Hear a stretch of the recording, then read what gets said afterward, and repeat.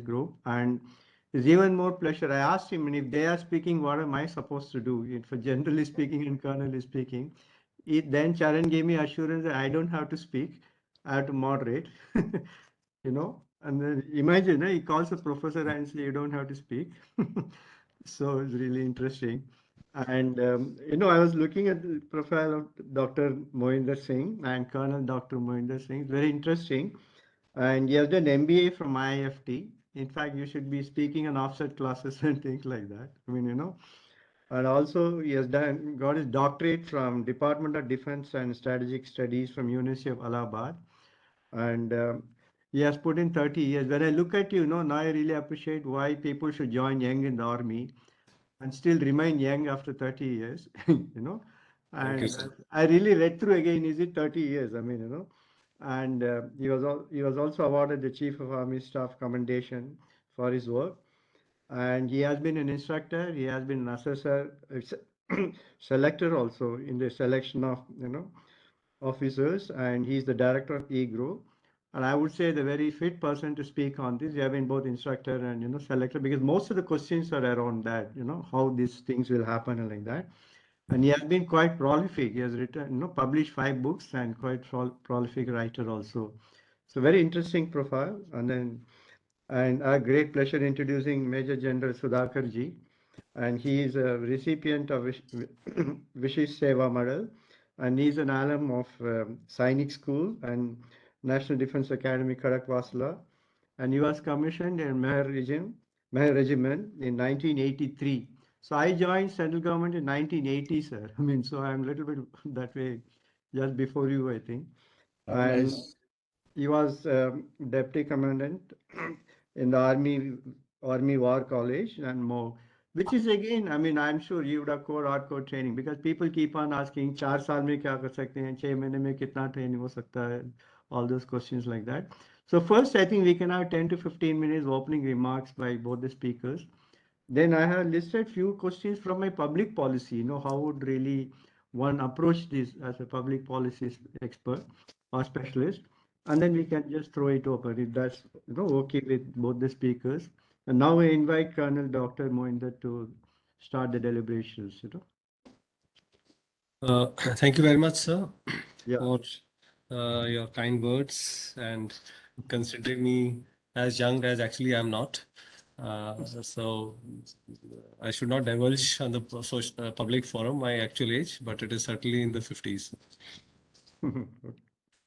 So the army has always been a young force, being the last bastion of the country available, and it has always delivered whenever the country needed it in times of need.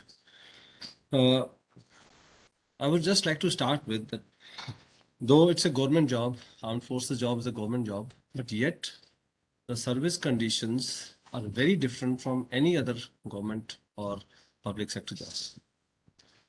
From the time we have, the armed forces have come into being as Indian Armed Forces, their age profile, their service profile has always been guided separately. And if you see, even today, to start with, the HR profile, the intake profile, so all government services start at 21. The armed forces start at 17 for the normal recruitment also, including officers. You've heard of NDA, you've heard of a soldier. The normal retirement age of government servants, whether they are class A, B, C, or D, finishes at 60. In armed forces profile, they start retirement at 35. Just imagine a person who is coming at 17, at 35, he's a veteran, he's an old man. Whereas he actually has at least 30 years in his hand, 25 years in his hand. But armed forces, as far as armed forces is concerned, for them, he has done his job, he has served the nation, and now he is going to make it in the street. So armed forces always had a very different profile of picking up their cadre, and this has been accepted by the society throughout. Now, Coming to this specific issue today, the major HR policy change, which has seen the light of the day, this was about a week, 10 days back, and there has been a lot of protests or disagreements or agreements both ways on the not only on the social media, on the media, the streets, and all things. So just I would like to build up a little preamble to this. 1962 war, we needed officers. So the defense forces opened up emergency commission. Now these were taken in the officer cadre, a sizable number for 5 years. And after 5 years, the commission was over. And some of them who wanted to continue, they had to sit again in the examination. Again, went through the whole procedure, and then some of them are picked, and others joined the civil society, and they did pretty well in their lives and career. Then after, in the officer rank, there's another service called as short service commission. So where they used to come for, after this was introduced a short service commission for almost about 35 years. It was limited to 5 years. Then some of them got extension of another 5 years. Now today it is 10 years and 5 years, 4 years. And these officers also, if they come at the early age of 21, 22, they also retire, what do you call it, at about 37, 35, 36, 37 years of age. So this has already been existing, this younger HR profile of in the officer rank. Now this new change somehow has suddenly caught the attention of the media and a lot of aspirants, and generally got a negative spin as to why this is happening. So I dwelled a little deep into the thought that what was happening earlier as far as the recruitment of soldiers is concerned, since I have been a part of a training center where soldiers were being trained, and also I've observed during my service what actually happens. So soldier, we'll talk of the permanent soldier who comes in as on today. We'll talk of Agnipath little slightly later, since the chair has given me about 15 minutes. So I just want to build up on that. So the soldier today comes in with about qualifications of 10th pass or sometimes 12th pass. The age profile is same, 17 to 21. Different categories of soldiers have different age profiles. Now there is also another difference. It's not a uniform pattern. In some categories, soldiers up to 23 are taken, like clerks and other trades. Some they are up to 21 are taken. So they come in through a rigorous recruitment procedure, and then they through the training, and after that they all take an oath, and the oath is a binding. Even officers who are coming into permanent commission, they take an oath that there is a bond they're going to serve for so many years, and that bond can't be broken. Now, in active service, now the moment a young boy of 17 comes into recruitment, now I'm going to actually, talk in two terms. In terms of what is beneficial to a soldier and what is beneficial to the nation. So he comes in, now he starts serving. At some time, there are cases where the person feels this training is about 8 to 9 months. He feels that probably he's made a wrong decision. Ultimately, he's a small child of 17. Outside, a job looks differently. And when you come inside, it has a different, it looks different. I'm son of an army officer myself. But what I saw the armed forces as a child of an army officer, being in the cantonment, was very different from when I actually started serving myself. There was a sea difference. Sea difference is the word actually. So let's say the soldier comes in, he undergoes the training, and after some time, he decides, no, it's not my cup of tea. I think I took it, not mature enough to take this decision. Now, what are the exit routes? The answer is 0. Now he signed a bond. The exit routes are 2, which any person who's armed forces who joined here would agree with me. One is he files an application on compassionate ground. So there is a compassionate ground in any government service. You can file, you give your details of what is compassionate about it, what is compelling you, which you can't serve. Because defense forces service conditions are much, much tougher than any other job. That everybody understand, I don't have to amplify. serving in difficult areas, far away from your families and other things, not able to look after your families in the time when you can't reach there. Sometimes the distance itself for reaching the road or railway station to the place you are, it's 4 to 5 to 7 days, all those things. So now he is wanting to leave. One option is he files in a compassionate ground application. It goes through the channel, up, takes a lot of time. Some of them do get a sanction. And if they get a sanction, finally this compassion ground is accepted and he leaves. What does he leave with? He leaves with no severance pay because he's broken the bond. He lives with only his personal savings. Let's say he's age of 23, 24, 25, 26, whatever 5, 6 years service he's put in, and now he has had family commitments, old parents. These are the normal causes which I'm describing. Whereas soldiers sometimes find it difficult. And these are not aberrations. Across the board, there are many cases in which these, if I say a rough figure, at any time you can check from the facts, it could be 2 to 3,000 applications lying with their record offices where soldiers wanting to quit on compassion ground. And they leave. If it is sanctioned, they leave with zero severance pay, only with the savings. Now he has no choice. Second option is, because this process takes a long time, sometimes it may get sanctioned, may take year or so also. Sometimes a person's compassionate problem is so acute, so he deserts. It's something called a desertion. उसको हिंदी में भगोड़ा बोलते हैं. He goes on leave and he never comes back. So then there is a rule of the central government. You issue a police case against him. Then the police runs after him. The job of the police to hunt him out because he signed a bond. You hunt him out and you catch him. Now he's an offender because he has broken the bond. He has been trained. The country has spent a lot of money on his training and he's run away. He's gone on leave and he never returned back. I've handled many such cases as part of my job in case where police has caught them, brought them back after 2 years, 3 years. And now they have to be court-martialed. And now if he's, in most of the cases, his plea is not likely to be accepted, whatever he tries to say. And is not accepted. Again, he goes back. He's thrown out now, officially. Now the police is not after him, he's officially thrown out, but he gets again zero amount. And in few cases where somebody may accept his plea or what was the reason for his long absence, he may get reinstated. Now, the child of 17 who has suddenly developed issues for 2 to 3 years or has realized he's not able to serve, he had no choice. This scheme, which has suddenly been introduced, which has seen the light of the day just about a week back, I feel, I don't know the background how this got built up. Of course, it got built up 2 years back.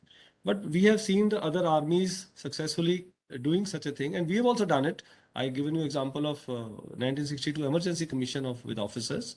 1,000 officers were taken in. In fact, my father was one of them who became officers as part of Emergency Commission. And after 5 years, he had to go through another phase of SSB and recruitment where he had to clear again. And then he became a permanent commission.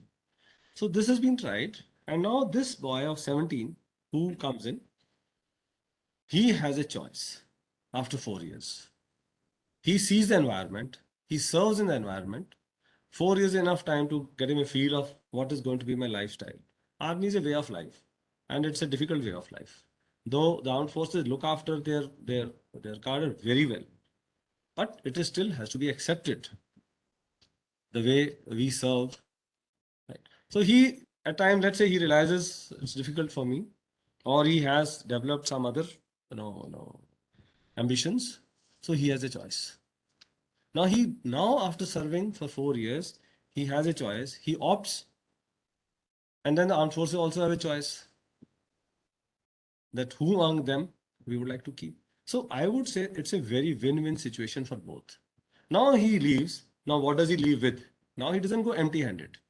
What earlier he was going. Now he gets a severance pay. And one more thing I must like to bring it to the notice of the chair, that in armed forces when these soldiers serve, everything is looked after. Their food is free, their medical expenditure is free, their travel is free. Generally, a soldier has very, very less personal expenditure. So what I see in the scheme is they are getting a good amount on monthly basis, which I see will actually go in saving of these soldiers. So with a rough calculation, what I was thinking of a soldier, if he saves even 80%, he spends 20% of this 25,000 which he gets. Generally, I've seen soldiers expenditure something any rough between 2,000 to 4,000, even if they're very frivolous, because generally we are posted in areas where we don't have malls and theaters where the soldier would go.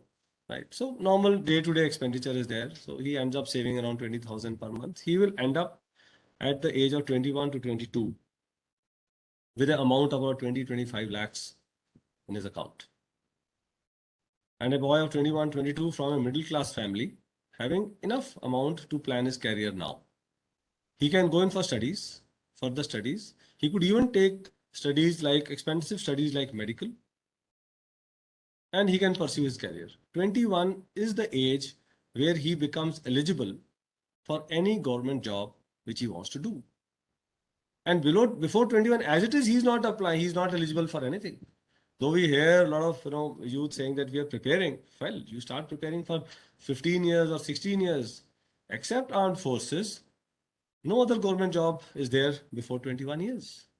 So as such, that time is available for this boy if he wants to take this option of the Agniveer. So he's now at 21 or 22. He's got an amount. He doesn't have to ask anyone. He doesn't have to take a bank loan for higher studies or studies of even costly studies. So he can go in for it. And one more point I would like to add here is while they are serving, they can always opt for correspondence courses or study courses like IGNOU and other things, where if a person is committed, he has enough leave. Armed forces service generally gives you quite a good amount of leave during the year. It's about 2 months. You can easily go and give exams and continue with your probably your graduation or things like that. And by the end of this commitment of 4 years, you're out. You have done your graduation. You can straight away start coming into the competitive fields. Next aspect I would just like to highlight here is, of course, someone may think that I'm only highlighting the positives, but actually I'm highlighting the ground reality. The reality which I'm highlighting now is a win-win situation for both, which was earlier ignored, and now it is coming in. Now, when you talk to these soldiers, they will talk. Secondly, the scheme is coming, and now let's go ahead with let's see the implementation part. The implementation is totally fast track. Over 2 years, due to Corona, there has been deficiency of about 20%. We are all aware. They've already told it in the parliament that around 1,20,000, 1,30,000 soldiers are there. Deficiencies there in armed forces officers also, about 20%. It's a known fact. About 10,000 officers from the authorized strength are deficient. And I think in other government services also, it is not just the armed forces. In the other government services also, there are some deficiencies, but the situation is moving on. And now with this deficiency, suddenly there is a limitation in the training capability also. We all know due to Corona, everything had to be stopped. Obviously, the armed forces could not have had mass rallies of recruitment. That would not have been possible. And now the deficiencies piled up. One cannot recruit suddenly 1,30,000 because we have a limitation on the training capability also. So that also has to factor in, and these has to be recruited. Recruitment also has to be in phases. It cannot be suddenly and totally. Then the rank profile of the defense forces may get hampered. So it has to be in phases. And last point I would like to speak is that the normal conjectures, what people are thinking, are that the normal recruitment process is going to stop altogether, which I feel is not possible. Certainly not possible, because every year there are about intake of 60 to 65,000 in the soldier rank. It's about 5% of the armed forces strength is a yearly intake. Now, through this, what we have seen announcement around 45 in the fast track. So they get trained and they join the forces, and whatever deficiency is, they'll be the initial ones to plug in the deficiency. And thereafter, we will need the permanent cadre also to come in for the two reasons. Why?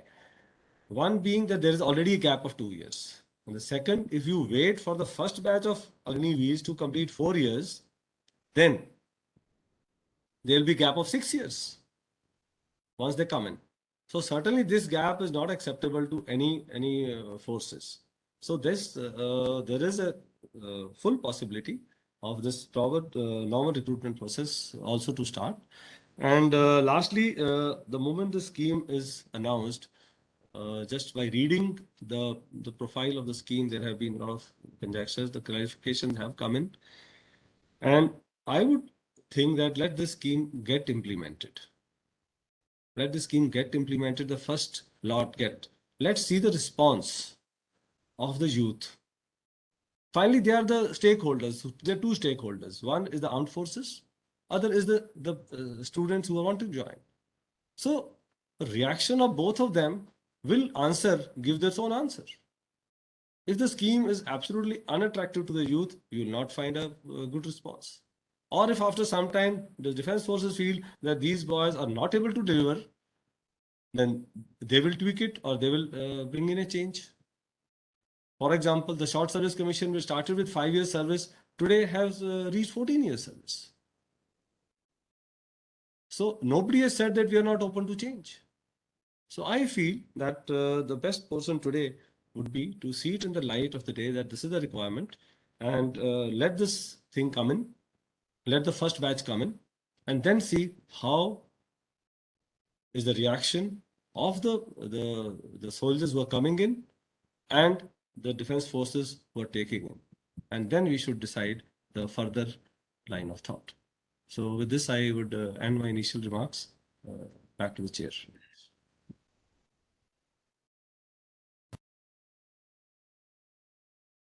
Sir, you're mute, sir. Yeah, thanks a lot, Colonel. I mean, you clarified quite a lot of issues and you gave a really the current picture how it works, which will also help people to appreciate in which context it has been built and what sort of win-win situation it is and like that, you know. And now I invite Major General Sudhakar ji. I mean, and we look forward to your perspective. One interesting thing is that this is one panel I'm seeing what the military experts are speaking. All other panels are actually not led by all other discussion, non-military experts. Okay. And then they have a lot more to say on all these things. I don't know how. Okay. They know everything about training, recruitment, age, everything. And then they have been very liberal with their opinions, I should say. You know, if you so I'm really that way readily agreed when Sharon said that both are from the ex-servicemen and army men like that. Yes, sir. Thank you, sir, for joining from West Coast US. I know it's very early morning for you. We are really grateful to you for joining us today morning. Yeah. Now, good morning, ladies and gentlemen. To those who are on the Pacific time zone like me, and good evening to those who are on the Indian Standard Time.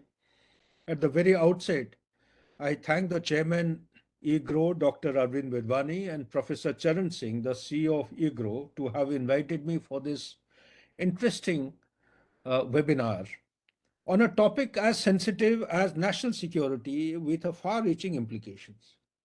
I am also well aware of what is coming on the chat box because Yeah. I have gone through similar kind of journey Mm. between 14th of this month till date.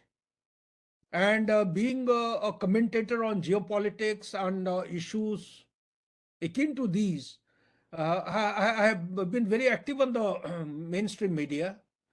And let me share here itself that being a veteran, or maybe for lack of correct expression, I myself also have gone through turbulence in my thought process as to why this system, without having thought through, been introduced, without any process of consultation, have been brought in at a time when there is an extended standoff beyond 2.5 years along the northern border. In the Western Front, when we have problems of a humiliating withdrawal of a superpower and NATO forces about a couple of months back from Kabul, and knowing fully well there are 18,000 terrorists waiting in the staging camp to come into India.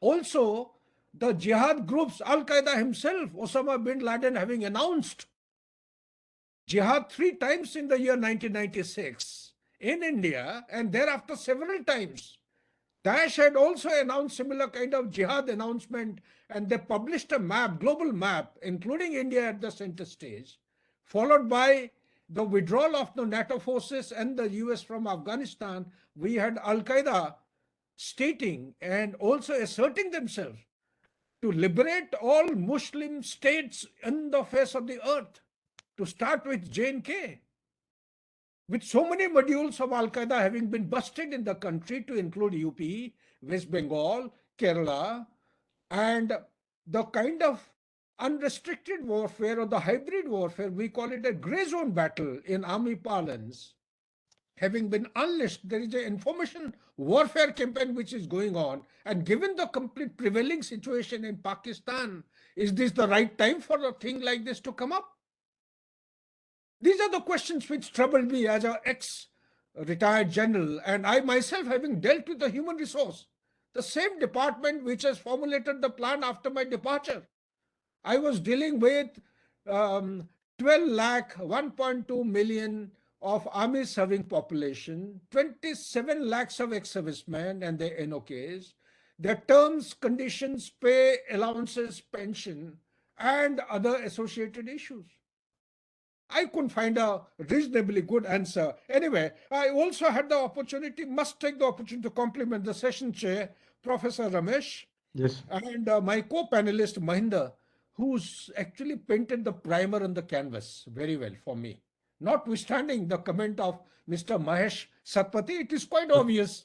If I were in your place, I would have also responded in the same manner that yes, whatever Mohinder has said, it doesn't stand to logic. But behind this illogical explanation or the narrative which Mohinder has painted, there is so much of time-tested practices which have gone in. Now we'll take you through, ladies and gentlemen, the Traced with Destiny on the eve of India's independence towards midnight on 14th August 1947 transcended Indian history and made a secret deal with ideas of service and labor that would bring India back to its former glory. Ladies and gentlemen, a landmark oration of Sri Jawaharlal Nehru, the first Prime Minister of India, that captures the essence of the triumphant culmination of the Indian independence movement against colonial rule in India. Ladies and gentlemen, 75 years after independence, India's wisdom is asserting against the rigidity of mindset of stability in government jobs. This is the punchline, ladies and gentlemen. Stability, security, and assurance. This is the mindset, the perception of this, the people of our country. They have the centrality of the issue is stability in government jobs. Everyone is looking for government job. And the pension. As Nehru said, freedom and power, ladies and gentlemen, bring responsibility. And by that, Nehru meant that it is the responsibility of Indians to not relax with ease after having got the freedom, but to constantly strive to fulfill the pledges taken to.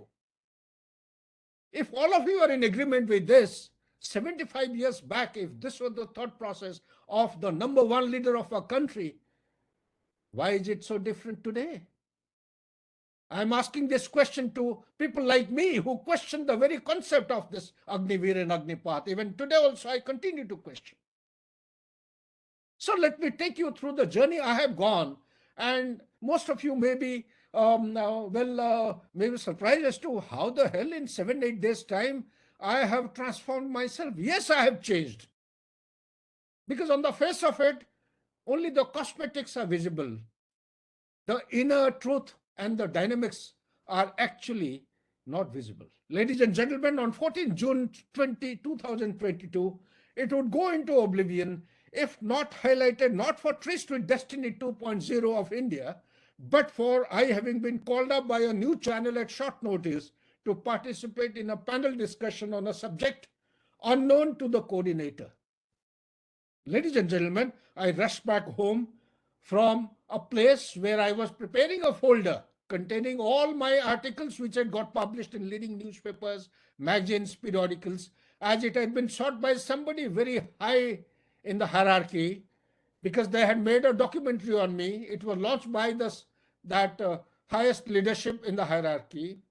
And in the documentary, he acknowledged one of my statements wherein I said, don't ask what country can do for you, ask what you can do for the country.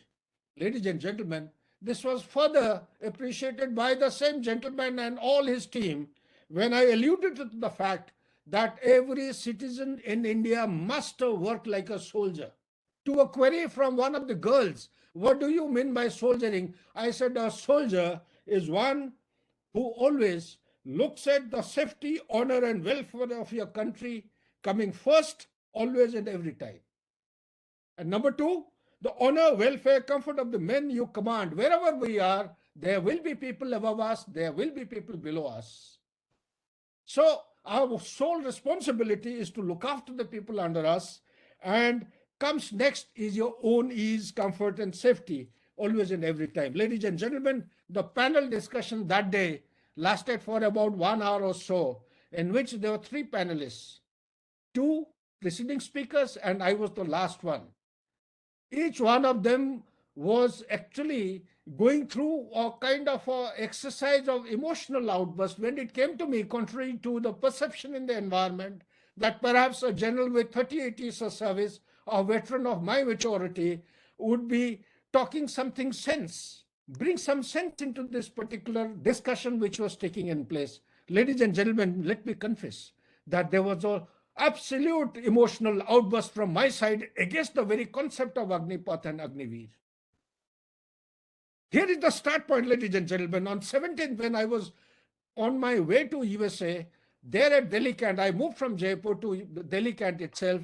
And at Delhi Cant, there are multiple channels they wanted to take my views. Not that I'm trying to blow my own trumpet, but whatever worth pennies worth I have, I must share with the environment. That some of the mainstream channels, they captured my views. But when it came to the Nav Bharat Gold, it's a podcast, they interviewed me.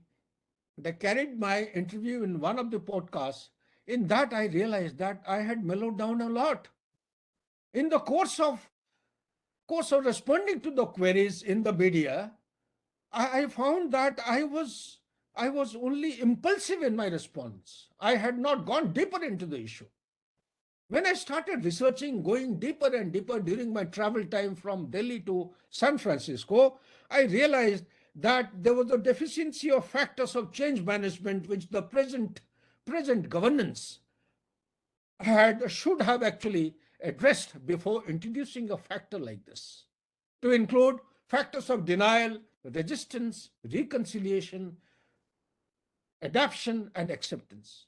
Perhaps sensitizing the public, building up a public opinion before introducing a thing like this should have been taken up in earnest. Maybe there is a greater and better rationale behind by the people who have actually thought of doing otherwise. And same day itself, when I landed up at San Francisco, just prior to receiving a call from my friend Colonel Mohinder, it was playing in my mind that hasn't the time come? 75 years is a long time. Shouldn't we change our culture? And the culture is on stability in government job. Why should each and every one? India is not what it was 75 years back. Today we are a $3.2 trillion economy. We are the 4th largest. Soon we are going to be the 3rd largest by 2030. If all goes well, maybe soon we'll be 5 trillion and soon also be 10 and 15 trillion in next 20 to 30 years time. So hasn't the paradigm changed for every citizen to think in an assertive manner, in a manner the nation can be taken forward? So these are the questions which kept coming to my mind, ladies and gentlemen. And when I landed up, exiting from the airport, I got calls from my friend to whom I can never say no, because we have been soldiers.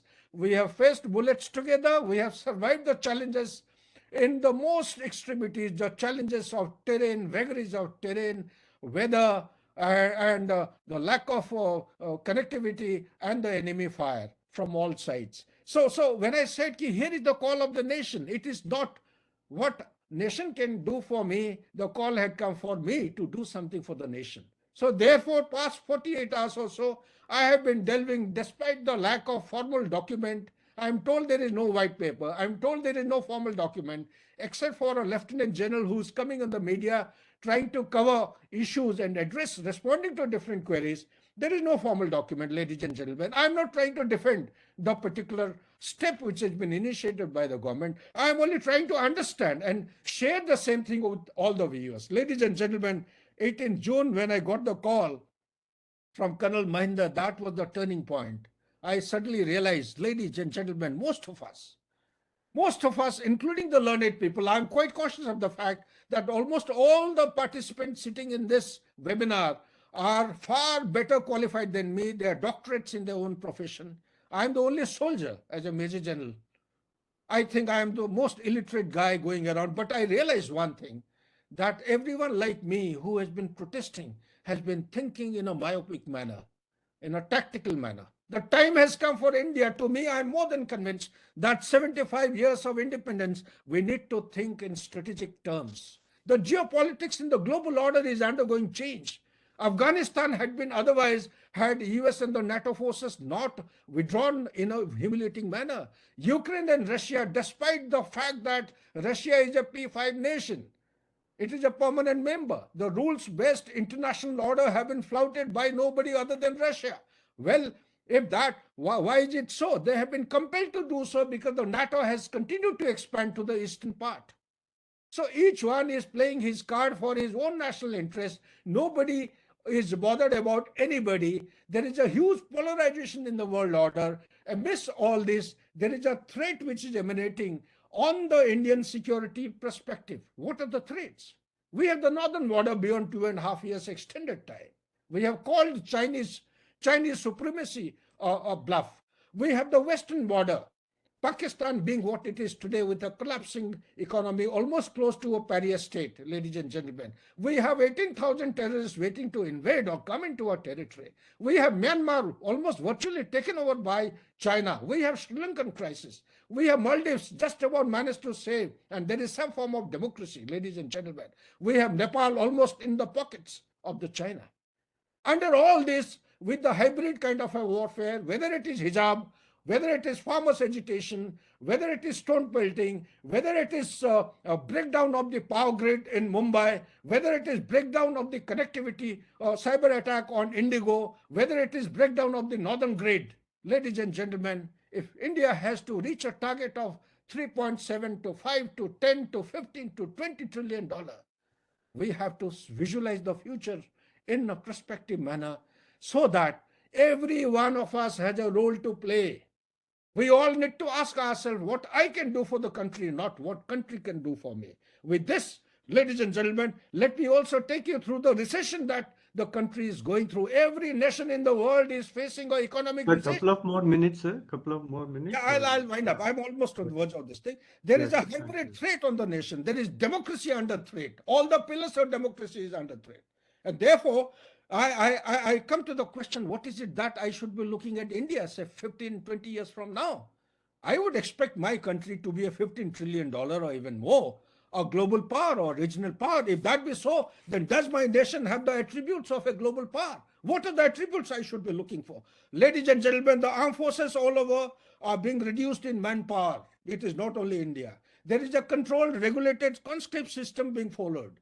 2% GDP and budget, they are two distinct. I am quite cautious of the fact that economists sitting in this panel also in this thing. GDP is different, ladies and gentlemen. For paucity of time, I'll come straight to the budget.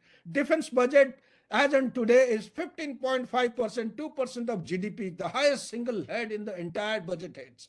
Interest rates are higher, 22 to 23%. Subsidies are 10.8. Food subsidies, health, education, rural development, there are very minuscule amount. In Rajiv Gandhi's time in 1987, the GDP for the budget, defense budget was 4.21%. What I'm coming to is the revenue expenditure is touching. Revenue expenditure is the routine expenses to meet the expenses for routine requirement of the services is coming to 87%. The capital expenditure is left within 13%, that is for modernization and procurement of weapons and equipment. The CAPF has increased, the armed police forces, it is touching almost 1 million or more. And post 1962, the expansion of forces from 350,000 had taken place, a list of figure of 12 lakhs today. Isn't there a requirement for us also to consider the downsizing? Isn't there a requirement with such an expansion of the police forces, armed police forces, to take over the areas of counter-terrorist and counter-insurgency operation, like the way the Red Corridor has taken place, like the way the Armed Forces Special Power Act in Northeast has taken place? If this be so, then our responsibility of the armed forces should be only looking after the external threat. If that be so, then why is this Agnimir concept, which was troubling me, why is it being objected to? So what does it consist of? It is from 17.5 to 21/23, 4 years of service, 25 years, he goes out, downsizing to 10 lakh of people, reduced average age of 32 from 32 to 26 years, retention 25%, exit 75%. We would be producing disciplined, patriotic, and people respecting the national interest. If there is a two-front war in the worst case scenario, ladies and gentlemen, then we'll have a massive reservist force to be mobilized, like the way Israel does, and there'll be a reduction of pension bill. Therefore, in my opinion, after having thought through all the issues, we need to get over the rigid mindset of government job and pension. We need to get onto the entrepreneurship. We need to penetrate or participate in the market-driven economy. We need to ensure that the operational effectiveness of the armed forces is not compromised, which by itself is a huge subject. It will take another seminar maybe. We also need to ensure stable transition to all India class composition from the dedicated class compositions which they have now. And 4 years mandatory is, as it would attract gratuity if 5 years or more is ensured. That gratuity is a substantial amount. Ladies and gentlemen, I rest my narrative here itself, and I hope I have been able to convey and share with you the thought process which I have gone through in my journey from negativity to the positivity. It is for you all to decide whether the nation has taken the right call or not. Back to you, please, Chairman. Thanks a lot, sir. I think the central point I'm getting is that people need to reflect on that. I think people have been reacting top of the mind, or what we call in management a seat of the pant. They need to reflect through and then really come out with a very seasoned, arguments and like that, which is not happening. Mostly it's emotional. And second thing you talked about is the change. That's very important point, because like Peter Drucker says, even for the most successful company which has worked, the strategy which has worked for last 10 years, you should revisit the strategy. It may not work for the next 10 years. Like what might have worked for the Indian Army last 75 years may not work for the next 25 years. So you need to really look at it, which is the sort of change management you have been talking about. Yeah, now, Dr. Dr. Mohinder ji, I would like to ask a couple of questions, but I think I'll leave it open to others and like that. There are a lot of questions like, in my mind, like how did we reach 32 at all to begin with? How did we land up with an average age of 32 when you have recruitment of these types and like that? And is there any other, alternate way to reduce that? But I would like to pose one question, that is, people have been saying that generally when somebody joins an army, he joins with a particular mindset. Okay. And I always say there's a self-selection process which happens. Somebody who goes into civil service, somebody who goes to the army, and somebody who goes for IIMs, CAT or IIT and like that. Do you think that will get diluted? People say that now people may take, okay, let me join and then I'll decide later and like that sort of thing. Or if we can still maintain that sort of commitment to the army and then really a fighting soldier, which of course will happen in the next 4 years and like that.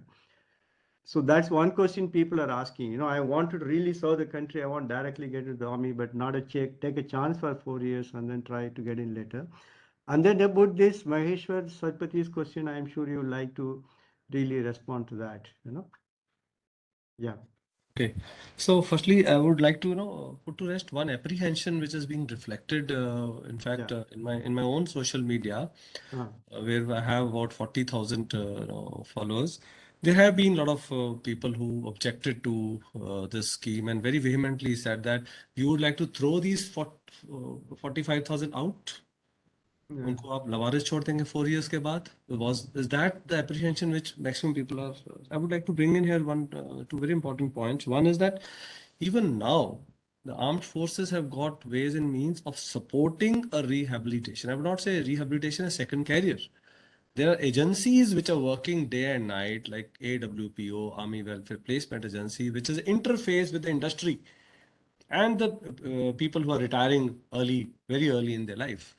There is Army Placement Agencies. There is DGR, Director General Resettlement, which facilitates training to take up a second career. I, in fact, went through one of such trainings to become an entrepreneur. So they are facilitating these people who are leaving. So they will certainly come to a major role, major play, and not just leave out these people. In fact, when a soldier comes into the armed forces, the general sir will agree with me, there is a bond which takes place at the unit level.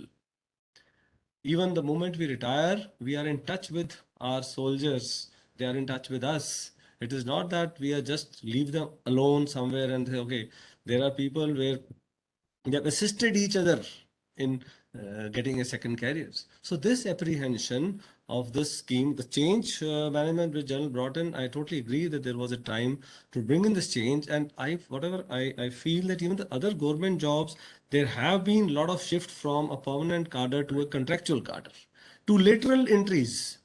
Defense forces are not having any of such kind.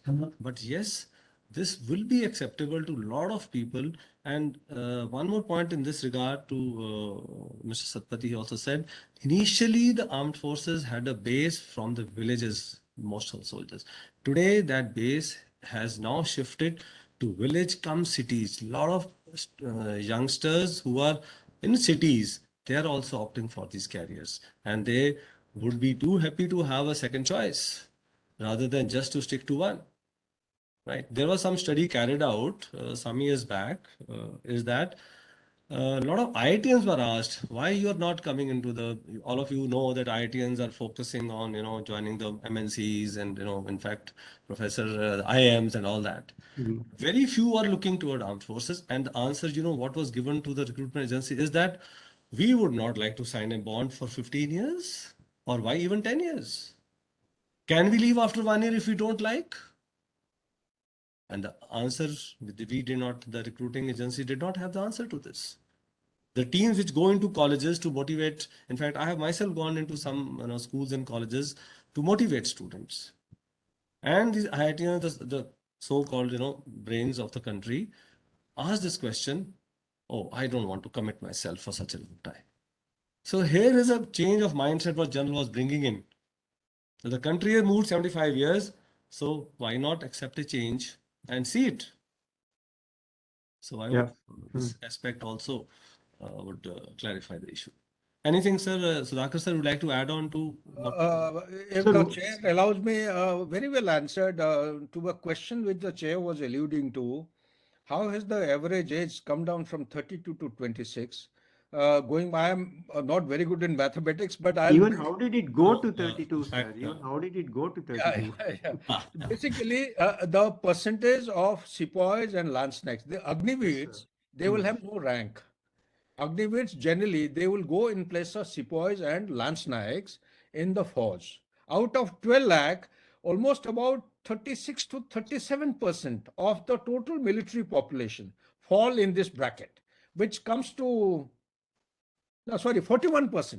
41% is a huge percentage. So if you have Agniveers, exiting at the age of 25 or 26, so the peak age of the youth in the armed forces at that point in time will be 25, contrary to the age of retirement of a sepoy at the age of 35 or 36. This would compel the figure to come down to the average of 20. This is what I could explain, Mohinder, unless you have some better explanation. Absolutely, sir. You have been in that department of manpower planning, so absolutely right. The major chunk of the soldiers being sepoys and lanzknechts, this will certainly bring down. But here I would like to also add, I mean, one more point. Maybe this is not a kind of a criticism, but a slight bit of change is required. Whenever we get somebody into the armed forces, we have to prefix a rank. Now, this has not been clarified that you are getting in the soldiers and what is going to be rank. World over, world armies, whenever, let's say, we go into some joint exercises or this thing, what would you call these? They are not soldiers. So this is something which I also need clarification on, that once you are planning this, such a large number of inductees, you have to give them a rank. Now, what rank that would be? Could be a trainee rank or a rank of probationary soldiers. What would you like to call them? But you have to give them rank. So this is something which I feel that this clarification Chairman, needs to come. the Sir, chairperson would accept that there are far too many issues in the scheme which have not come to the limelight. They are Yes. coming out in bits and pieces. So let's wait Yeah. because it is a new concept being tried out in the subcontinent. And let me also share that this Indian subcontinent is the subcontinent in the world which has got maximum number of high tempo operations. High tempo operations require experience and wisdom. If you are shedding off 75% of your youth coming in, will this remaining 25% meet the requirement? I have challenges coming in my mind. 7 to 8 years down the line, 50% of the infantry battalions will have more than 50% people who will be with 4 years of service. So these are the issues which are coming up in the mind. There are challenges, but despite these issues, let me also take the example. I was talking to someone who was deeply involved in this planning. They have taken the example of Israel. Israel is a nation which brings in youth at the age of 18. They put the females, the ladies, for 2 years training and the male folk for 3 years training. Thereafter, they let go. Thereafter, they let go. One thing takes place concurrently with the army. The other one is taking place after they have joined the, before they join the army. What it means is there is a huge population of disciplined, patriotic members of the society who come without any giving any financial burden to the exchequer, come outside, apply their mind. That is how Israel has become a kind of a technologically or superpower today. Every soldier coming out is thinking, putting his head together, they're coming out, their innovation standards are very high. So something on that model is being applied perhaps. A lot of clarity will come in due course of time. Back to you, Chair, please. Yeah, thank you. Yeah, there is one question by Yati saying like, will they have any professional degree after becoming an Agniveer and like that? Incidentally, I was in Indian Economic Service. We did a 2 year probation, including 1 year in Institute of Economic Growth. We used to tell them we are already masters, please give us an MPhil. Okay. So, I mean, I don't know. I mean, even the HRD minister has responded to that. And would you like to say something on this? Yeah, That they will get Mohinder, you would something. like to take on or you want me to answer it? Okay, sir, you please take on, Yes, sir. sir. Please, sir. You can answer, sir. Sir, Chair, sir, but this question is very relevant Mm. and also very important.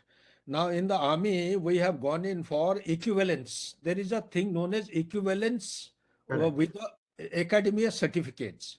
So Yeah. anything that is taught in the army has been, there is a study which has been carried out. The syllabus has been shared with the universities. Oh, Some, okay. not all, universities have accepted the curriculum and they have decided, agreed to give some kind of a degree.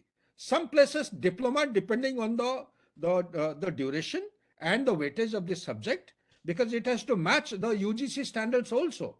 At some Yeah. places they are giving us degree. So Okay. this for the class 12 students, they will be entitled to one of these, either diploma or a degree, depending on the kind of curriculum he enters himself. I would say that these are all like addressable problems, I would call it. Yeah, These, yeah, yeah, correct. I At mean, present, and sir, this army has This problem mastered is these things. mindset. Army has mastered these things, I would think so. Colonel? Sir, at present, the soldiers who are retiring with this about 17 years, they are getting equivalent certificate. In fact, we issue them with some parameters. If they have during their service reached particular benchmarks, they are given this equivalent certificate that is his service and whatever training he has done is equivalent to graduation, which empowers him to apply for graduation-based jobs. So something like this, Yeah. akin to this, may come in this scheme, like sir was saying that yes, it's too premature to start just asking questions, and let's wait for them to unfold so many other things which And will. I Chair, call it like in policy analysis, solvable problem and intractable problems. Okay. absolutely. And many of those Chair, can be handled. Incidentally, Colonel, I have done a training program, short duration for the rehabilitation people. I have used to interact with your services there. And I had a very great experience, I should say, talking to these people who are just about to retire or something like that. Yes, yes, we have I these really, I was policy amazed by advocates. the attention that it gives to these people, army. Yeah. And one of the things they have been suggesting is, why we could not have done a pilot and all. Do you think it's technically feasible to do a pilot, try it in one unit and then scale it up? This is I mean, it shouldn't be standardized for the army. And or I mean, is it really like there are a lot of infeasible suggestions come in my mind, but I would like Colonel to respond to this and later Doc. General? Sir, I personally feel that announcing something as a pilot project has very different connotations. Correct. It shows if something is temporary in nature. We will not have the kind of response to pilot projects. And And the you can number do will not. R&D, not with human resources. However, if you remember yesterday, the vice chief has also very categorically mentioned Hmm. that this is not the end all of it. Correct. We are going to keep a watch on the first or the second sets which are coming in, and if required, we'll bring in the changes rather than calling it a pilot project, where the understanding would be very different and the number would be very small. Right now, we need sizable number of people Correct. because the gap has increased. I think the armed forces are still open to bringing in any changes which the environment would be, comfortable with. Sir, anything? Sudhakar, sir? Yeah. Chair, sir, Uh, this concept is not new by any standard. It has been going on, thought process has yeah, been going on ever since the I think so. liberalization process started in 1991. Since then, one has been comparing. I myself have done a thesis in high defense management, the defense versus development, the armed forces versus the butter. Where is you need to balance out as a democracy or as a nation state.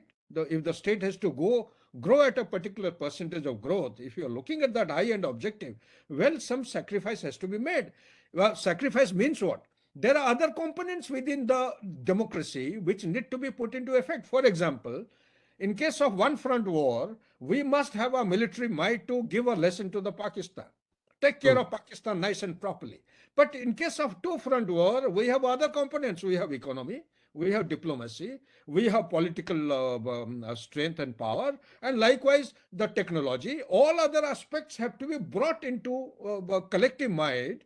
They have to be applied in a calibrated manner, like the way the diplomatic stance the India has taken now. The credibility is going up. So similar kind of effort has to be made in order to make sure that whatever we have, bare minimum, is able to address the minimum threat, not the maximum. At no point in time, sir, if the chair allows me, even if you double the defense budget from Yeah, 15.5, if it becomes 30.5, still India will not be able to address two front war.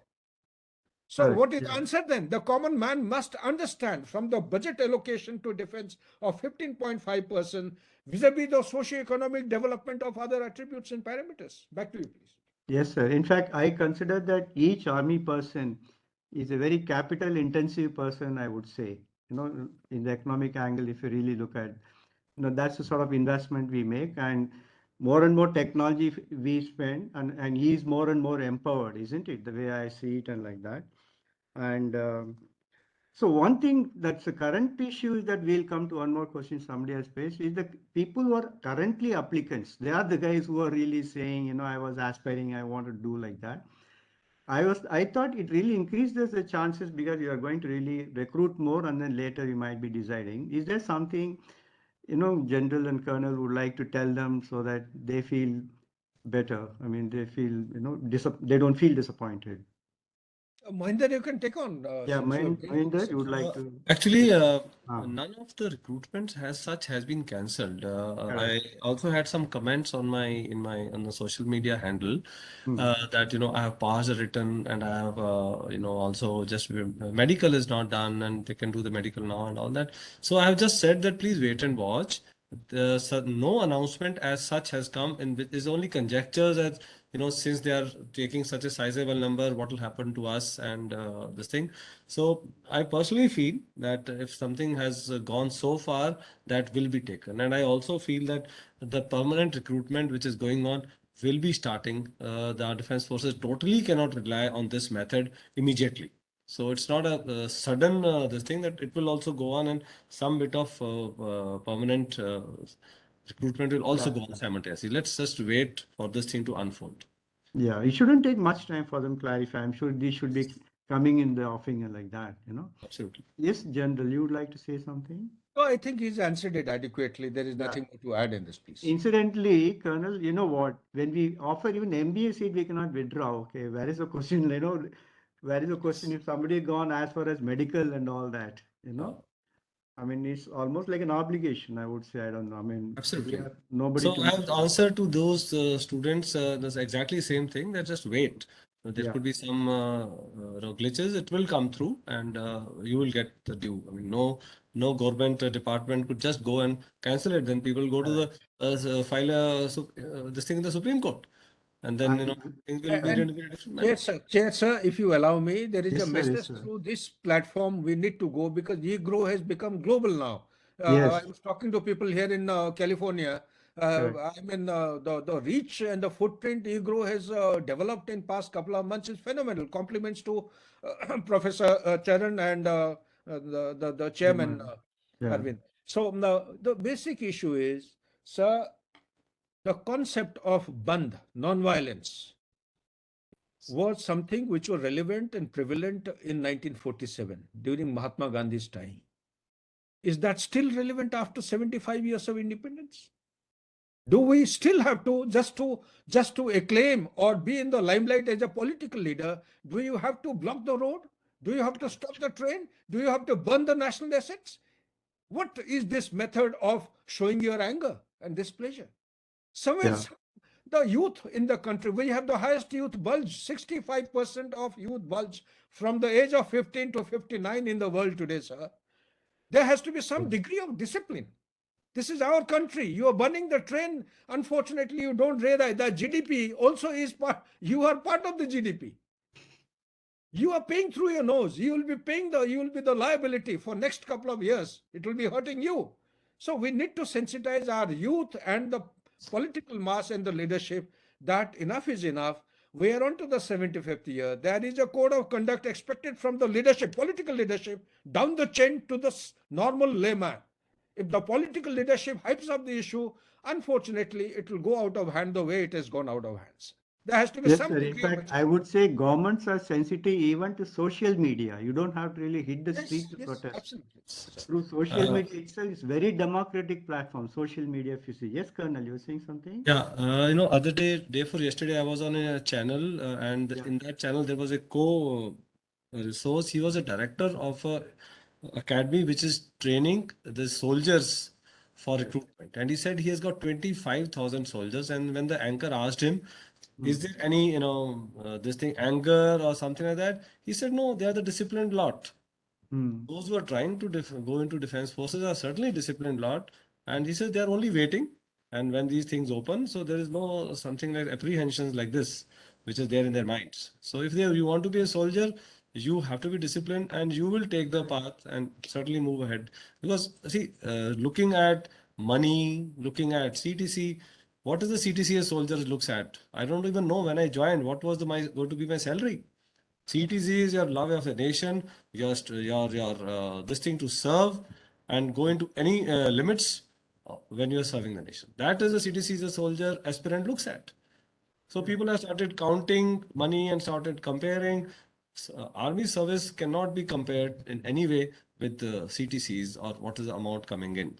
Right. It's a way of life. It will always be a way of life. It will continue to be a way of life. Those who wish to come, they will come irrespective whether they get amount A, amount B, or amount C.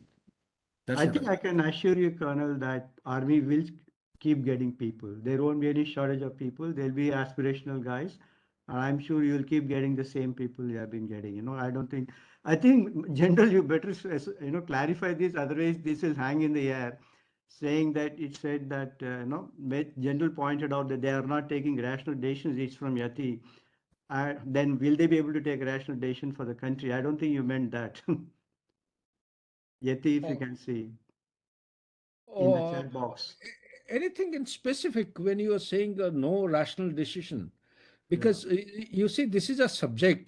Please bear me out if I may comment on your remarks. Fine, it's well taken. Whatever your observation is, well taken. You see, this is an issue which none of us know as to what is the trigger, why have they come in. This is just an analysis Correct. we are trying to derive out of nothing. I'm sitting in the West Coast. My good friend, we have been together in battlefield. He calls me up. There is nobody better than you who can actually, help grope in the darkness and give us some light.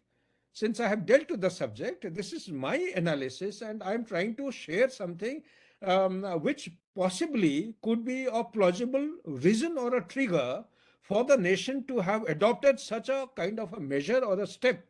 Yeah. as a progressive and forward-looking milestone. Yeah. That is all Okay. I can say for the Yeah, time because being. I So thought that clarification is important for yeah. You're right, you sir. know. You're right. And Colonel, one question to you that Abhishek Vijay Gopal has asked, like, if somebody has got after 10 plus 2 an officer like quality, and can he get an officer commission through ACC at the end of half year service and like that?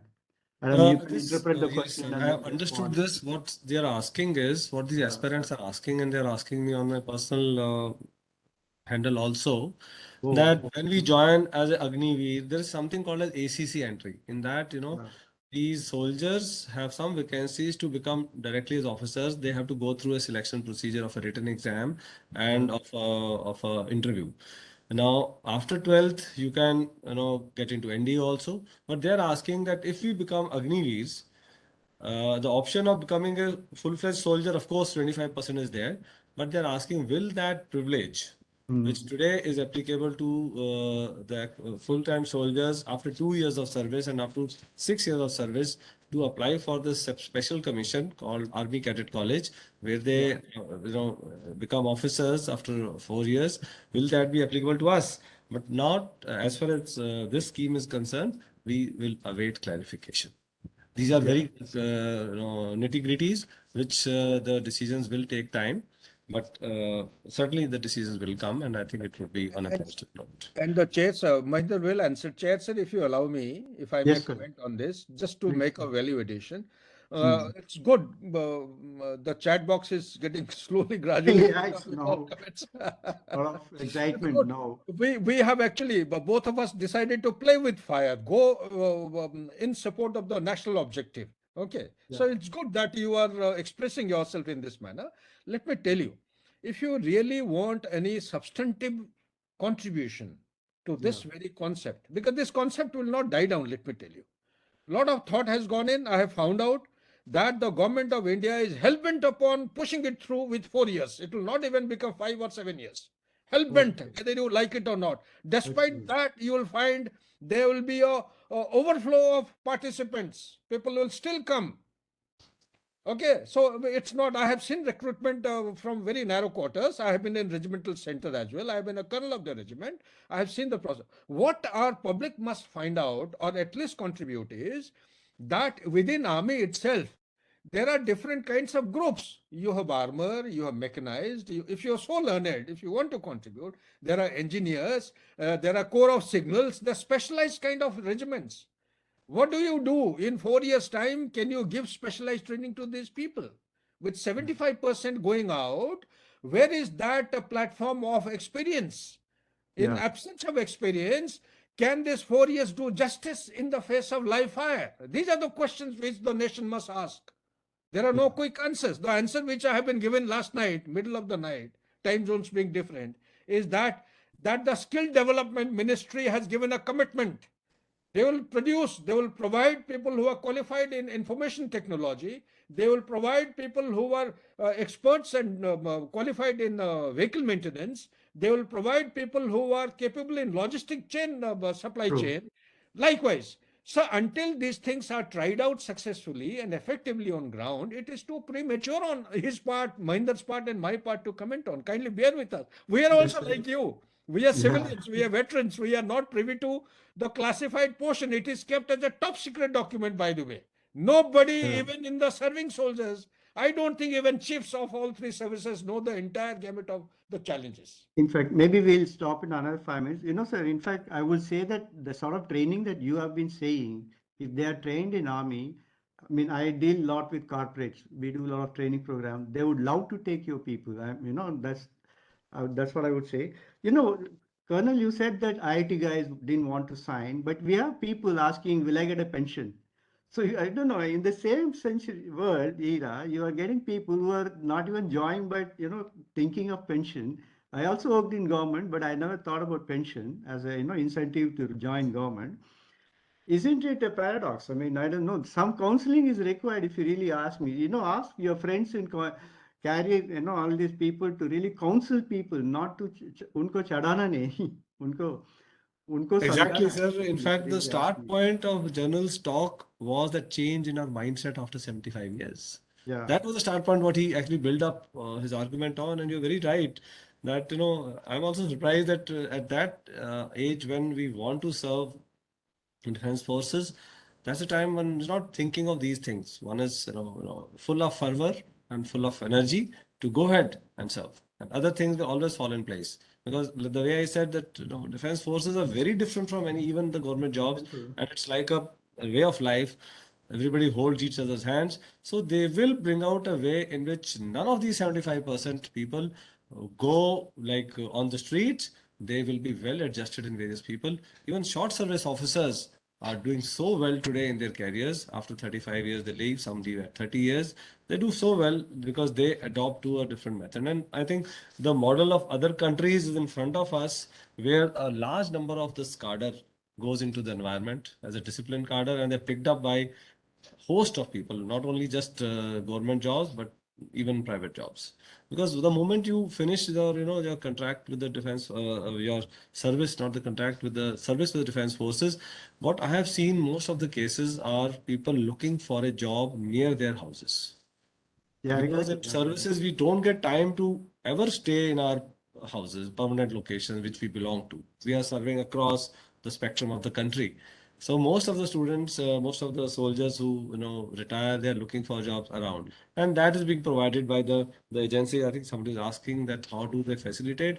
Armed Forces has got a big network of facilitating the interface between the industry and the soldiers, and they are generally able to provide everyone good opportunities. And there are a lot of reservations also. So these clarifications that those reservations which are there for the soldiers will hold good for Agniveers and all are something we are also waiting for. Yeah, Chair, sir, if true. you allow one line General, only, General, also I would like to ask you, you are right now in US. In US, I found that when you say veteran, it really means a lot there. Okay, in US. And I've seen also those people that they are not really looking for a career. A lot of people would like to go work for 4 years, 5 years, 10 years. Later, they even become representatives. They have joined academics. So many things they do after serving in army. Okay. And would you like to say what is it that you observe there and what is it that you observe here like that in the youth uh, especially? Yes, sir. Chair, sir, since you have been in US, the dynamics of US are rather very, very challenging. The actual dynamics, Oh, which okay. I'll allude to. But Mm. let me give an example. In my battalion, a soldier who was good in soldiering, despite all counseling by everyone, he left the battalion. Today, at a place called Sikar in Rajasthan, he's running an academy. I think I saw him with Mohinder in a panel discussion few days back. Are you He's talking running a of training yes, academy, the Prince Academy. There are yes, please? 25,000 students for whom he is given the residential facility. Oh He's God. training them for Sainik school, military school, NDA, IMA, and maybe in times ahead for the medical job. He's opening a medical university in Jaipur. Oh, okay. This is the entrepreneurship, the philosophy behind this concept. Ladies and gentlemen, I am not saying this is what is let the document come out, but this is my Sure. understanding, having spent there for 2 years, having dealt with the subject. Unless a high-end objective like this is given to promote entrepreneurship, how does India become 15 trillion, $20 trillion economy from now? That is the bigger challenge which every citizen has to contribute. We need to ask a question what we can do for the country, not country can do for us. That is the bigger Thank you, sir. question. I think that sums up in this sense. Wait for the document. And I would add saying that trust the army and give the government a chance. And I'm sure they will come up with and they will handle all this. Most of it are handleable problem if you really ask me. Would you like to make quick closing remarks, Colonel and General? Colonel? Dr. So I Mohinder? would just like to add one line that let the scheme be launched. Air Force has already launched their notification, and let's see the response. And we are all hoping that this will catch the attention of the youth. And if there are any changes required, I'm sure the government would be open to bring in the changes so that it becomes an attractive way of life for them too. Right. If they start tasting the change, they'll get converted. Yes, sir. General, would you like to say Yeah, something? regardless of what comments will follow in the chat box now, let Yeah. me say with a lot of pride and conviction that here is India. In past 8 years, I am not drawing parallels or making any comparison. In past 8 years, be it governance, be it anything, education, healthcare, or military might, giving a good response to the adversaries who have threatened our sovereignty as a nation. I think there couldn't have been a better example in the independent India. We need to feel proud of it. We need to have trust in the leadership. We need to have respect and faith in the very people who have given us so much in 8 years. Maybe, for all you know, there may be better things which we have not been able to explain in today's panel discussion or webinar. So I would suggest to our audience, esteemed audience, and the participants that have patience, have faith, have trust. The same people who have given us so much cannot actually deny us and give fuel to the fire in our thought process of negativity. Thank you, sir. Thank you, sir. I mean, I think both of you are, apart from, you really spoke your mind, but it's also experience sharing, if I can really say. And that should really give them the confidence and inspiration, that, yes, let's wait and then let's really give them a chance and let's trust the army like that. I thank EGROW. I mean, it's very, very meaningful discussion, Charanji. I mean, it's a great panel. And both of them come from, they have been in recruitment, they have been in selection, they have been in training, and he has run a warfare institute. He knows, what it really takes to become a soldier, what it takes to make a soldier. So it really inspires confidence, sir, talking to you people. And I think we need I think, sir, you people should be articulating and communicating more, sir. This is my request from, I've been, you all been doing it. But people like you are positive, I think should be more seen, more heard. That's what I would really desire. And I thank EGROW for also giving me this chance to really chair this session. It's really my privilege, I would say, rather than anything that I can add to the conversations. But I also picked up a lot of thread on this. Thanks a lot. And Charan, I hand it over to you. Thank you very much, Professor Ramesh. This was really, for us, all of us, a great learning experience from both the Army journals. And I think many doubts have been cleared on the way. So it's really been a very illuminating discussion. We will be placing this discussion on our website tomorrow. You're welcome to share it with others because, as you rightly summed up, Professor, there's so much of positivity. And I totally agree with you. At the end of the day, what matters is what are we who are here doing for our nation? And if in these difficult times, if the government is coming out with innovative schemes, and in this recessionary period, when there's gloom everywhere, employment opportunities are shrinking, if the government is thinking in terms of measures like this, which engage the youth, they should be encouraged, they should be tried, they should be experimented with. And of course, the numbers are not very large, and the fears that this will jeopardize the Indian army, I think, is very far fetched and too imaginary. And therefore, I would totally agree with the panelist and you that let's be positive about the schemes. I also believe if there are innovative schemes coming up which are helpful for the youth, bring youthfulness into the Indian army, bring fresh ideas in the minds of the unit in charges, this should be really tried and one should not shun away with it. The last point I want to make is I generally feel in our country, unlike many other countries, of course, there are many other countries which are very lawless. Unlike other countries, I feel there's lack of discipline in our daily life. And the youth is important in that factor. If we are able to touch the youth, imbibe in them a certain discipline of life, a way of life, the larger society benefits. So, in a way, I would say that if this youth touch the army, pick up some positivity and discipline, and then come out and then are engaged in other places, it makes the whole country a better place. Makes this youth, of course, employable because everybody likes a disciplined youth to join the workforce. While it makes the youth employable, it also helps bring in discipline in the society. All I would like to say at the end is these are crucial years till 24-25. For economic growth, peace is extremely important. Anybody who wants to grow a country, a family, a society, it's very important to have an ecosystem which is peaceful. One only tends to grow in peaceful times. So therefore, my urge would be that in case there are differences of opinion, these can be expressed in a more peaceful way rather than in a destructive way. Having a difference of opinion is always better.